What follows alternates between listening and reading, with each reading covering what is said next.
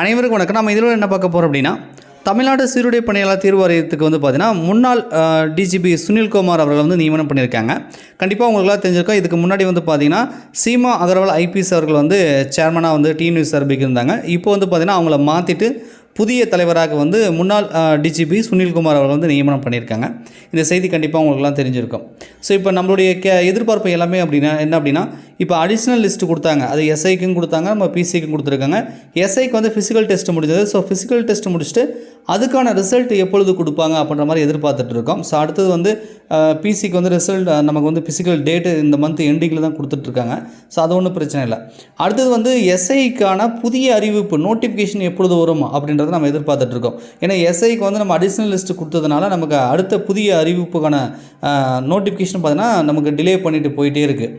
So கண்டிப்பாக இந்த இரண்டுக்கான update பார்த்திங்க அப்படின்னா கொஞ்சம் விரைவில் வரும் அப்படின்ற மாதிரி எதிர்பார்க்குறோம். நமக்கு கிடைத்த தகவல் அடிப்படையில் சொல்லணும் அப்படின்னா, இப்போ நடந்து முடிஞ்சிச்சு இல்லையா, அடிஷ்னல் கேண்டிடேட்டுக்கு சப் இன்ஸ்பெக்டருக்கு ஃபிசிக்கல் டெஸ்ட்டு. ஸோ அவங்களுக்கு பார்த்தீங்கன்னா ரிசல்ட் நெக்ஸ்ட் வீக்கில் வந்துடும்னு சொல்கிறாங்க. ஸோ நெக்ஸ்ட் வீக்கில் ரிசல்ட் கொடுத்தாங்க அப்படின்னா, ஸோ அதுக்கப்புறம் பார்த்தீங்கன்னா இன்டர்வியூ எப்போன்னு சொல்லி அதுக்கு ஒரு டேட் கொடுத்து இன்டர்வியூ முடிப்பாங்க. இன்டர்வியூ முடிச்சிட்டாங்கன்னா ஃபைனல் ரிசல்ட் கொடுத்துருவாங்க.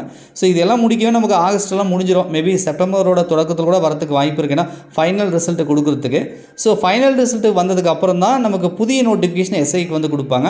ஸோ அப்படி கொடுக்குறாங்க அப்படின்னா அது செப்டம்பரோட மிடில் அல்லது செப்டம்பரோட இறுதி ஆகிடும் அப்படின்றது மாதிரி நமக்கு தெரியுது.